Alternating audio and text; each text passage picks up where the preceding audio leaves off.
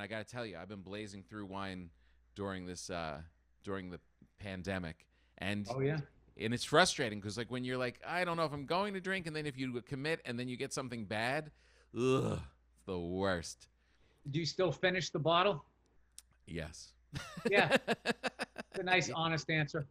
Yeah, Yeah. I quit boozing in end of 2018. Yeah, I know. I know. Yeah, I and know. it's actually good because I was telling my wife I'm coming up on 600 days here in a few days of no booze, Whoa. Whoa. and I'm like, 600 days. yeah, and I'm like, all right, I'm kind of ready to come back, but then I just think it through, and I'm like, I'm coming back for the wrong reasons.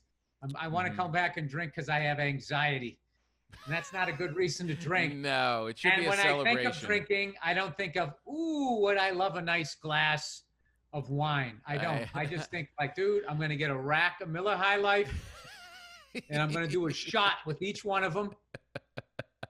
And I'm going to get fucked No. up. We've talked about this. This is time to shift your thinking. You've got to approach it like a gentleman. You've got to be like, I know. I'm just going to have that. one. I'm going to have one, and it's going to be at 5:00, and it's going to be a little shift into the night, and then you're done, and you don't keep plowing to the end of the night and end up ruining your next day. I don't have that skill set yet.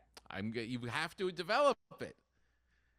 You love the finer things. You loved France when you traveled to France. Oh, we go back to that for a second? Yes. You said you won't say entree because you visited France. What do you mean? Because entree is entering. That's the first course. Oh, I never knew somehow that. entree here became the main course.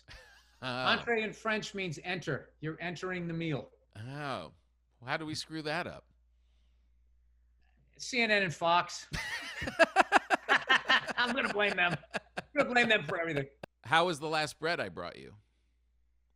Oh, I'm trying to remember it. It was gone so fast. It was delicious. Do you get annoyed by that AT&T commercial where that smarmy girl goes, is there going to be sour? And are you making sourdough bread? And the girl's like, why would I be making sourdough bread? She goes, I don't know, because like I don't know, everybody's making sourdough bread. Like, she goes, why is everybody making sourdough bread? It's like, because it was a pandemic, fuckhead. And all the bread was gone. There was no yeast. Yeah, if we could make toilet paper, we would have been doing that too. What, because whoever wrote that thing doesn't know how to fucking make bread? I haven't seen Did the bread commercial. companies write that because they were making less money because wonderful people like you were telling us how to make bread? Right, exactly. How is literally making bread now is something to be made fun of for. Right. Yeah. Everybody that I know that makes bread gives it out to people. It's this great thing. And somehow they're trying to make it be like this douchey thing. Oh, they're the worst. There is something weird about the giving of it. I was thinking about it the other day because I was bagging it up and just getting in my car and driving off to drop off more bread. It's like I make one, I keep it. I do a couple times a week, and I'll keep one for the family, and then the other one I bag up, and I drive off to somebody's house and just drop off bread. I don't know. It's going to be great fodder when they eulogize you someday.